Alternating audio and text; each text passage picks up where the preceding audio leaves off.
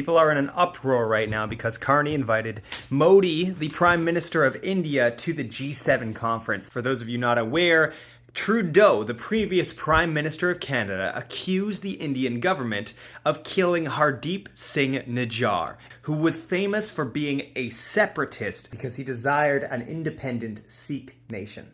Trudeau said there were credible allegations of Indian government involvement. Trudeau said we will never tolerate the involvement of a foreign government threatening and killing Canadian citizens on Canadian soil. And Canada charged 3 Indian nationals for the assassination of Mr. Nijjar. Now, the MPs within their own caucus are saying that it was a bad decision, and the Sikh community is up in arms for good reason. On an opinion article on the Hill Times by Bhagwant Sandhu, he put it very well. If Canada cannot draw a line at political assassination on its own soil, where will we draw one? Canada's relationship with India is very poor since this incident, for good reason once again, and India has been one of the most involved nations with interference on Canadian elections. There have been credible findings that India meddled in the Canadian Conservative Party race, which elected Pierre Poilievre. And former Liberal leadership hopeful Chandra Arya couldn't run for leadership against Mark Carney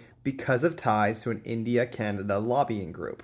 Then the question remains, why would Carney invite him? Well, this answer's simple with Carney. Cash. 5th largest economy in the world. Massive, important producer of almost all goods across the world. India is an important ally to have when it comes to production and global trade. And Carney, ever the pragmatist, he sees an opportunity right now for Canada to become a big player on the world stage. We've always been what's known as a middle power, a group that has significant wealth, has some really important ties to other nations, but we are not the big player. Carney's seeing a big vacuum right now with the United States essentially removing itself from the world stage, and he's trying to insert himself on that place, but it is important for him in that case that we need to have insanely strong economic ties, and India seems to be a part of that plan. What he didn't calculate for, though, was the international incident where somebody was killed on Canadian soil by the Indian government, which Modi, who has moved India towards a dictatorship and essentially has an autocratic rule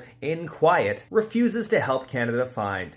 So, was this a huge mistake by Carney? It very well could have been, and we will see long term how this plays out.